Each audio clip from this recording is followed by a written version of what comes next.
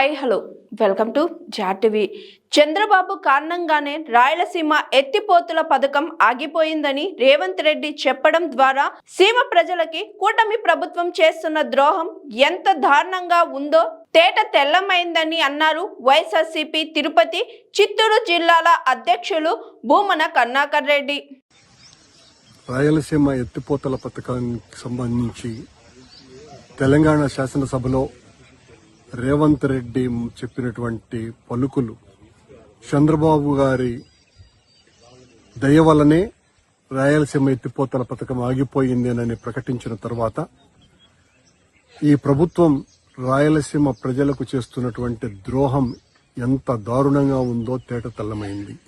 ఉద్దేశపూర్వకంగా తనకు అనుకూలమైన తన శిష్యుడైనటువంటి రేవంత్ రెడ్డి ప్రయోజనాలను కాపాడటం కోసమని చంద్రబాబు రాయలసీమ ప్రజల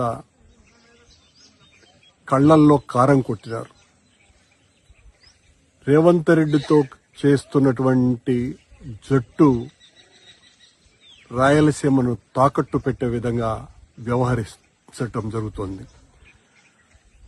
రేవంత్ రెడ్డి మీదేమో పన్నీరు, రాయలసీమ వాసులకేమో కన్నీరు మిగిల్చే విధంగా చంద్రబాబు నిర్ణయం తీసుకోవటం ఎంత దుర్మార్గంగా ఉందో మనమందరం కూడా ఆలోచించాల. రాయలసీమ వాసులంగా జగన్మోహన్ రెడ్డి గారు ఎంతో ఉదాత్తమైనటువంటి ఆశయంతో రాయలసీమ వాసుల కడగండ్లు పూర్తిగా తీర్చివేయాలన్నటువంటి సదాశయంతో దాదాపు 4,000 కోట్ల రూపాయల ప్రాజెక్టును ప్రతిరోజు కూడా ఒక టీఎంసీ వాటర్ను మిగులు జలాలను రాయలసీమ ప్రాంత వాసులకు అందరికీ వాళ్ళ పొలాలను తడపాల అన్నటువంటి గొప్ప ఆలోచన చేస్తే ఈ రోజున చంద్రబాబు నాయుడు గారు ఉద్దేశపూర్వకంగా రేవంత్ రెడ్డి ప్రయోజనాలను కాపాడటం కోసమని రాయలసీమను తాకట్టు పెట్టడం అంటే ఇంతకంటే ఘోరం మరొకటి లేదు.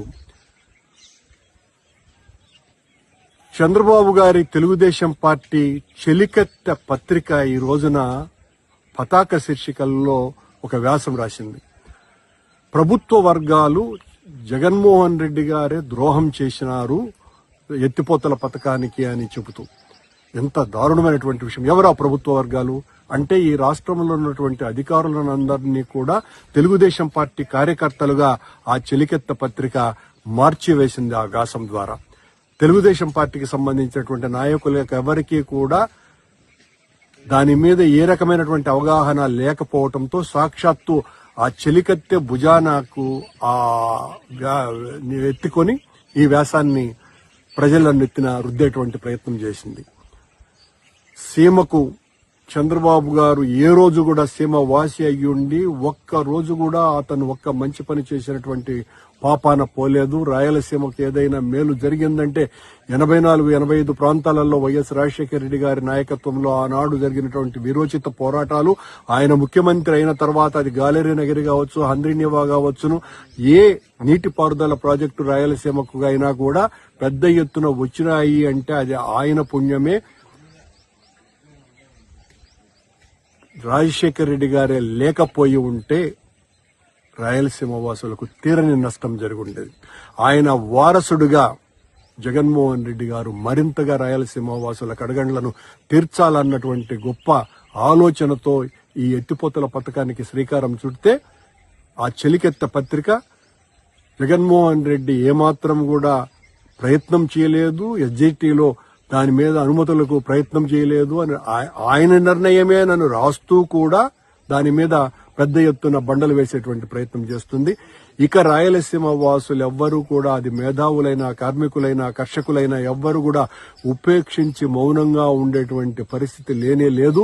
ఇది ఉద్యమాల్లో వెంటనే ప్రారంభించవలసినటువంటి అవసరం ఉన్నది.